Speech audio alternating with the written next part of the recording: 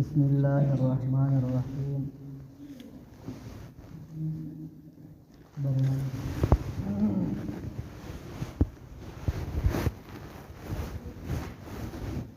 ختم الله على قلوبهم وعلى سمعهم وعلى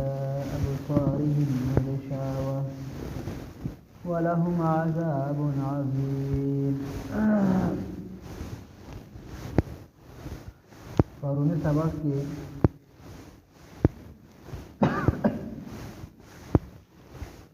دا کافرانو باره کې ذکر شوی و چې الله پاک خپل خوږ پیغمبر صلی الله علیه وسلم ته وفرمایل اے نبی که ته دغه کافران یاری او که نه یری دوی ایمان نه راوړي.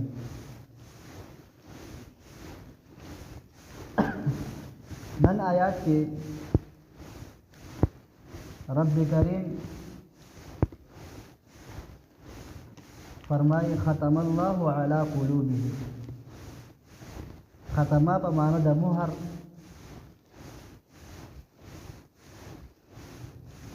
من الله پاک مهر والے دے مهر لګولې دے علی قلوبهم د دې په زړونو باندې دې کافرانو په زړونو باندې الله پاک مهر والے دے وعلى سمعهم او د دې په غوږونو باندې الله مهر والے دے وعلى ابصارهم او د دې په سترګو باندې غشاوة فردي دي ولهم عذاب عظیم د لپاره عذاب لوی دی. الله پاک د دې په زړونو باندې د مهر ولې والے دی. سوال دا وچوتېږي چې الله پاک د دې کافرانو په زړونو باندې مهر وو نو اوس خو د دوی په دې کې څه پاتې دی؟ اوس په دوی ایمان څنګه راوړي؟ نو جواب دا دی چې دې کافرانو حد تر وسه سرکشي کړې وه، ضد عناد یې کړی و او دومره مخکې به د خپل کفر کې تللي وو چې الله پاک پرې د دوی په زړونو باندې مهر وو. لکه حدیث شریف کې راځي ترمذي شریف حدیث دی حضرت ابو هريره رضی الله عنه روایت کوي فرمایي چې نبی کریم صلی الله علیه وسلم فرمایي چې کله انسان یو ګناه وکړي نو الله ولا په زړه باندې تور داغ ولګي، کله بیا بل ګناه وکړي په زړه بل تور داغ ولګي، کله بیا بل ګناه وکړي بل داغ په ولګي. که چېرته د انسان توبه وکړه د خپل ګناه نه او رب ته ورته په رجوع شو نو الله مونږه ګناه میټاو کړي ختمه به کړي دا تور داغ به ختم کړي. که چېرته د توبه ونه کړي او ګناه وکړي بیا بله وکړي نو حتی تر دې پورې چې د زړه مکمل تور شي. زړه کله تور شي نو دی به په حق او باطل کې امتیاز نشي کولی، باقي بیا جداوالی نشي کولی، دی بیا دواړه یو شان ښکاري. څوک ورته حق وایي څوک ورته باطل وایي، دی باطل بیا ښه قبلې خو حق نه قبلې. او کله چې سړی یو ګناه وکړي نو دویمه ګناه دله دعوت ورکړي. چې یو ګناه سړی وکړي نو دویمه ګناه ورسره مخته شي وایي ما هم وکړه نو د زړه خوا هلته بیا مایل شوی ګناه طرف ته یو ګناه ده کړي نو بله ګناه بس بیا هم وکړي. که چېرته دی توبه وکاږي فورا او قلار شي خو ټیک ته که توبه ونه کاږي بله ګناه نبي علیه السلام فرمایي چې حتی زړه تک تور شي. زړه څه ته وایي؟ زړه د انسان دس طرف ته دا سینه چې ده په سینه کې لاندې یو خالي ځای دی دې کې د غوښې ټوکړه ده، نرمه ټوکړه ده، نرمه چې هغه په سکندونو په حساب باندې هغه حرکت کې ټوپونه وایي. کله چې انسان ویریږي زړه ودرزېږي، کله چې کله لاس کې زړه بیا درزېږي دا ځای دغه شان دا زړه د یو سکند هم نه ودرېږي. څنګه چې دا ګړۍ چورولي که نه دغه شان دا زړه دغه شان چورولي ترکا درزي داسې دا ټول وینې چې کوم دا وینه په دې کې چلیږي مسلسل په دې کې لږ هم وینه بنده شوه انسان چې دی هغه د خطر پرېښودی شي. او دغه د غوښې دا ټوکړه دا زړه دا په هر حیوان کې تاسو چې کله په قربانو کې ځله څاروي حلالوئ دغه زړونه د هغوی په هغه کې هم لګېدلي دي دغه زړه د هغه سره هم د انسان حیوان سره خو دغه زړه په انسان کې هم دی خالي ځای کې الله جوړ کړی دی زړه کې داسې ځوړند دی داسې زړه د ټیپر په شکل یا داسې د انډه شوه یا ټیپر د سدې په شکل جوړ دی خو لاندې نری او بره داسې بیا بره لګېدلی دی د مچو دا ګږه دا د لاندې طرف تللی دی دا وسوسې ورته شیطان د لاندې نه اچوي د زړه ته وسوسې ورځېږي نو په دې باندې تور داغ لګي د وجې نه هغه زړونه بیا دومره سخت شي د اسلام نه قبلوي نو دا کافران چې دي الله وایي موږ ظلم نه دی کړی دوی په خپل ځانونو باندې په خپله ظلم کړی دی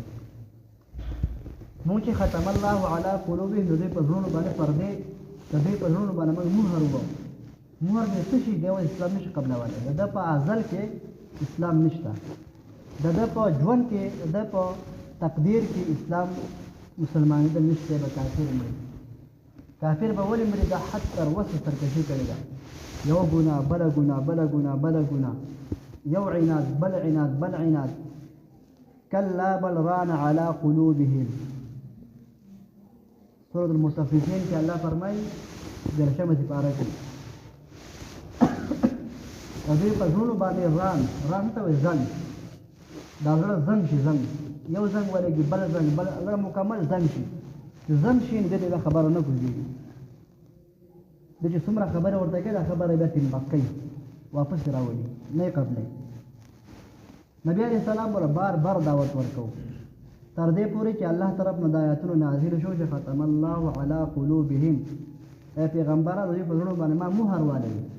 که ته یاری کړی د ایمان نه راوړي دوی په زړونو په غوږونو په سترګو باندې ما مهرونه پردې والي نو نه اوري ستا خبره دوی نه قبلوي بیا به هم نبی علیه السلام دعوت ورکو د دې نه دا معلومه شوه که ستا خبره څوک قبلوي او که نه قبلوي ته ورته دعوت ورکوه یو کافر دی ته پسې لاړې تا وله دعوت ورکړو چې اسلام قبول کړه تا د سپکې ستوري ویلې تاسو قبول کړی صاحب مو کړی خو د هغوی چې څه درته وویله نو ته دا به ته نه راوړې په زړه کې چې یاره ما د سپورې وي زه در دوباره دعوت نه ورکوم نه ته دوباره بیا هم دعوت ورکړه که دی قبلوي که نه قبلوي د ده په تقدیر کې یو کنې خو ته وله دعوت ورکوه ځکه چې ستا به الله درجې دې لري تا به الله په دې باندې ثواب درکوي او شاید چې الله ورغړه بدل کړي تاسو ته الله ثواب درکړي که هغه په تقدیر کې اسلامي وکړي دغه شان نبی علیه السلام مبارک دې کفارو له به اسلام دعوت ورکوو ټولو دې ورکړی دا خپل کوشش کړی دی یو کافر یې نه دی پرېښی په خپل کلي کې څومره مکه مدینه کې چې څومره کافران دعوت یې ورکړی دی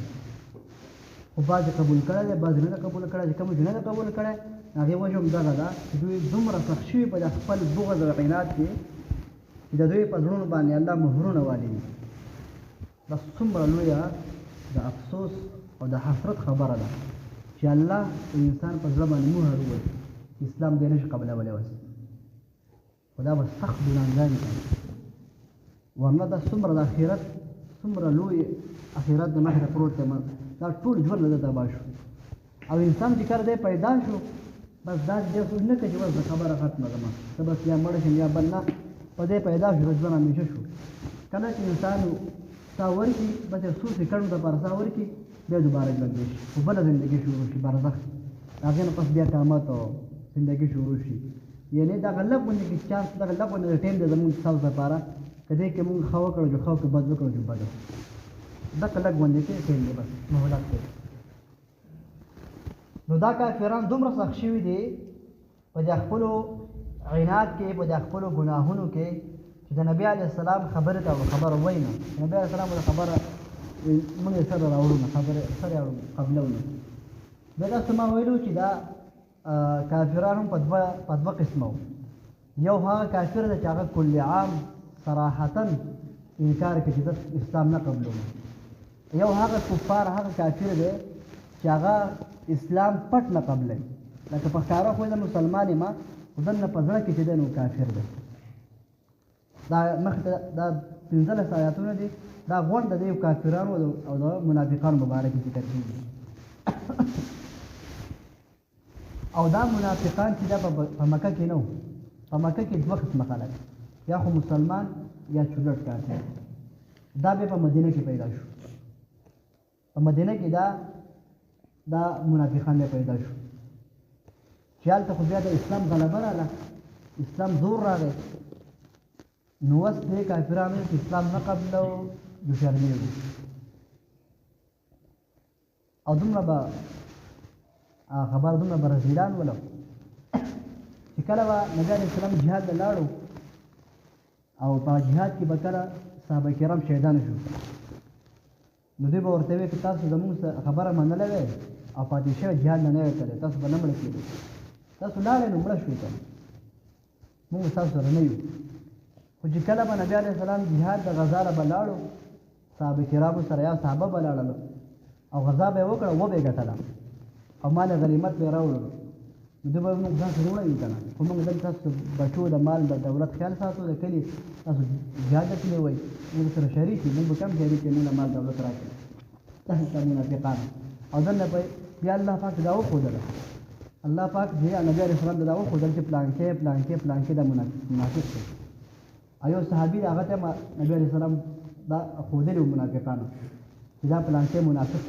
منافق دی، خو دا راز دا به چاته وایي نه، دغه منافق ته بیا هم نه وایي. بیا درته عمر پرې خبره شو راغی او صحابي ته وایي چې تا ته نبي علیه السلام د منافقانو نومونه ښودلي دي او ته ماته وایي دا څوک دي؟ هغه دا د نبي علیه السلام راز دی، دا چاته نه شم ښودلی، که ته ما مړ هم کړې که نه درته نه ښیم. آیا هغه وي ستا د په هغه ذات قسم وي که نه، زه یې پیدا کړم ته پیدا کړې، ما ته مه ووایه، ما ته د منافق نوم ماله صرف دومره وایي زما نوم پکې شته که نه. حضرت عمر کې کم دویم نمبر خلیفه دی، کم صحابي دی، کم شاه نبي سلام په خوا کې قبر دی، په پښو ته یې قبر دی، دومره منظور وایي صرف دا راته وایي زما نوم پکې شته که نه، ما ته یو نوم منافق معنا هغه یې په اشاره جواب ورکړي نه په مخه لاړه، زه ما نوم پکې نشته نور به وګورو، دومره ځان سره غم وکړه نه لوی صحابي. نه منافق چې دی د سزا د کافر نه هم بدتره ده. الله فرمایي ان المنافقین فی الدرک الاسفل من النار، پنځمه سپاره کې اخرنۍ رکوع ده، اخرنۍ مخ دی. د منافق سزا چې دغه د کافر نه هم بدتره ده. منافق به د جهنم په لاندې څه کې پروت وي. ولې به پروت وي؟ ځکه چې دی دوه مخي دی، دوه مخه دی، ذوالوجهین، دوه مخه. مسلمانان غواړي چې راشي موږ ستاسو ملګري تاسو وروڼه، چې کله د کافر خوا لاړ شي موږ هغو له دوکه ورکوو، موږ ستاسو ملګري یو، ستاسو په دین باندې یو. دې مسلمانانو چې دا نعوذ بالله دا کمقلان دي، دوی خو موږ دوکه ورکوو. نو ګوره د ښکاره دښمن نه خو سړی ځان بچ کولی شي. ښکاره دښمن تا لپاره زما د دښمن دی، ته به د هغه دفاع کې ځان بچ کېږي، خپله دفاع بچې د هغه ده. خو چې دښمن دې کله پټ شو په ظاهر باندې ستا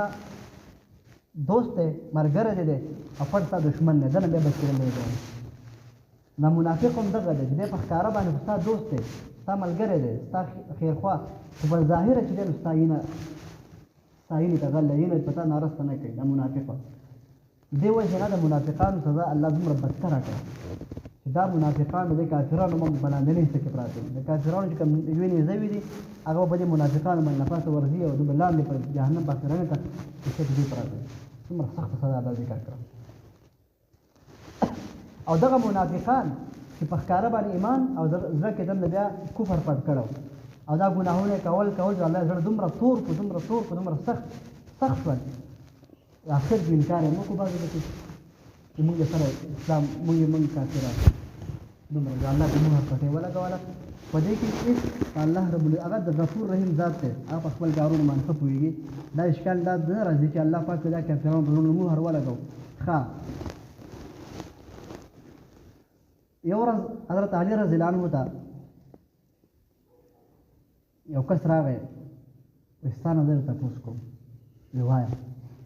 وی دا راته ووایه چې انسان مجبوري محض دی که قادر مطلق دی. انسان اختیارمند دی، دی هر کار په خپله باندې او که نه دی الله مجبوره کړی دا کار به دی کوي.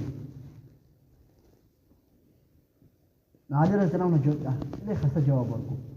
و انسان هم اختیارمند دی او هم مجبور محض دی هم دی مجبور دی چې دا کار دې داسې وکړي هم دی اختیارمند دی چې دا کار دې داسې وکړي بعضې کارونه په خپله خوښه باندې هم د اختیار دی که ته دا پټۍ چوتې هغه پټۍ چوتې ستا خوښه ده او داسې بعضې هم دي چې دی به دا کار خامخا کوي زه په تقدیر کې لیکلی شوي دي دواړه انسان په دواړو باندې مکلف دی څنګه مثال لکه څه زر ما پوه کړه وی یو خپه چوته کړه هغه خپه چوته کړه دا یو خپل هغه چوته کړه دا بل هم چوته کړه دا بل هم نه چوته وایي دغه انسان د قوت چې ستا دومره وس ته الله درکړ ته یو خپه چوته کړه بس دویم خپه درته نه چوته وایي دا اوس د دې کې مخې ته الله ته محتاج دی که الله غواړي دا بل خپه هم چوته وایي خبر دا مخکې اختیار دومره دا ته نیم اختیار حاصل دی جواب ولا ورکو شاید کړه دغه شان انسان چې دی دته الله مخته فرمایي چې موږ د انسانانو اختیار ورکړی دی فمن شاء فليكفر فمن شاء داسې څلورلسمه سپاره کې مخکې را روان دي فليؤمن دا خوښه ده که دی ایمان راوړي او که دی کفر قبلوي دته ما اختیار ورکړی په دنیا کې که خوښه یې د ایمان دې قبول کړي او که خوښه دې په کفر دې وچلېږي په دواړه لارې د دواړو مخې ته چې کوم سزاګار هم ذکر دي او د دواړو مخې ته لکه د هر یو لارې سزا هم ذکر ده او جزا هم ذکر ده که ښه عمل دې وکړو چې مخې ته ښه راغلي ښه بدله ده ښه سیله ده او که بد عمل دې وکړو چې جهنم دی دا مخکې څوارلسمه سپاره کې انشاءالله الله پاک مخکې موضوع ته روان دی نو انسان چې دا اختیارمند هم دی مجبور محض هم دی دا مجبور هم دی چې دا کار دی داسې وکړي داسې اختیار هم دی دوه لارې دي وهدیناه النجدین د دیرشمې سپارې کې راځي انسان لپاره دوه لارې دي نو الله پاک چې کافرانو په زړونو باندې مهر لګولی دا بعضې کافران دي ټول چې نه دي مراده ځکه ډېر پکې مسلمانان شي خپلې کوی دا ډېر صحابه چې دا کافرانو اوله کې مسلمانان شو څومره روښانه کړه دنیا ان الذین بشکا کسان کفروا چې هغوی کافران دي هغوی کفر کړی دی کفاره په معنا د ستر ده یعنی کفر یې پټ کړی یعنی حق یې پټ کړی دی ښه ورته پته ده چې دا پیغمبر چې زمونږ حق پیغمبر مونږ ته راغلی یعرفونه کما یعرفون ابنام څنګه چې خپل بچي پېژني خپل د پیغمبر هم پېژني خو بیا هم انکار کوي ضد کوي عناد کوي کفرو چې دوی پټوي حق لره انکار کوي د حق نه سواء برابر خبره ده د پیغمبر علیهم د دوی دپاره انذرتهم که ته یېرې دوی لره ام لم تنذرهم نه یېرې دوی لره لا یؤمنون دوی ایمان نه راوړي ختم الله مهر والد الله پاک على قلوبهم د دوی په زړونو باندې دوی په زړونو الله پټې لګولې ځای کړي دي بس مهر یې کوالی ټول شوي دي وعلى سمعهم او د دوی په غوږونو باندې پردې دي یا مهر والد الله وعلى ابصارهم غشاوه او د دوی په سترګو باندې پردې دي یا ناشنا پردې دي ځکه چې عامه دنیا ورته ښکاري اوبه روټۍ هر شي ښه پېژني ښه بادیانې جوړوي خو دا ورته نه ښکاري چې یار دی دنیا ته الله څه رالیږلی بس الله به له زړونو پټۍ لګولې دي نه ښکاري ورته حق ورته نه ښکاري په باطل ښه ورته ښکاري داسې نه چې هېڅ ورته هم نه ښکاري ښه ورته ښکاري په ظاهره ښه هر څه ګوري ښه بلډنګانې جوړوي دا هر څه جوړوي خو لکه دا اسلام ورته مخې ته حق ورته مخې ته نه ښکاري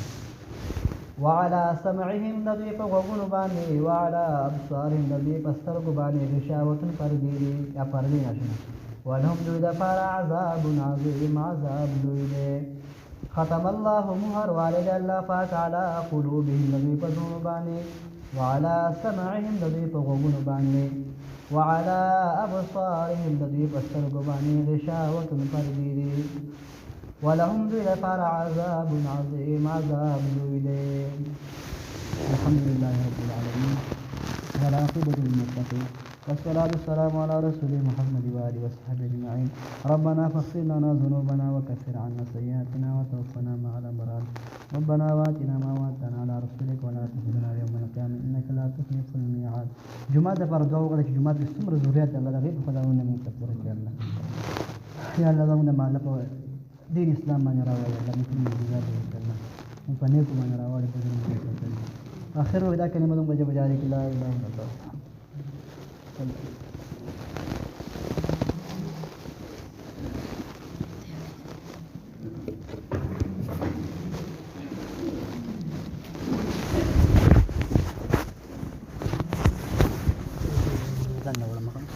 Mati ya Allah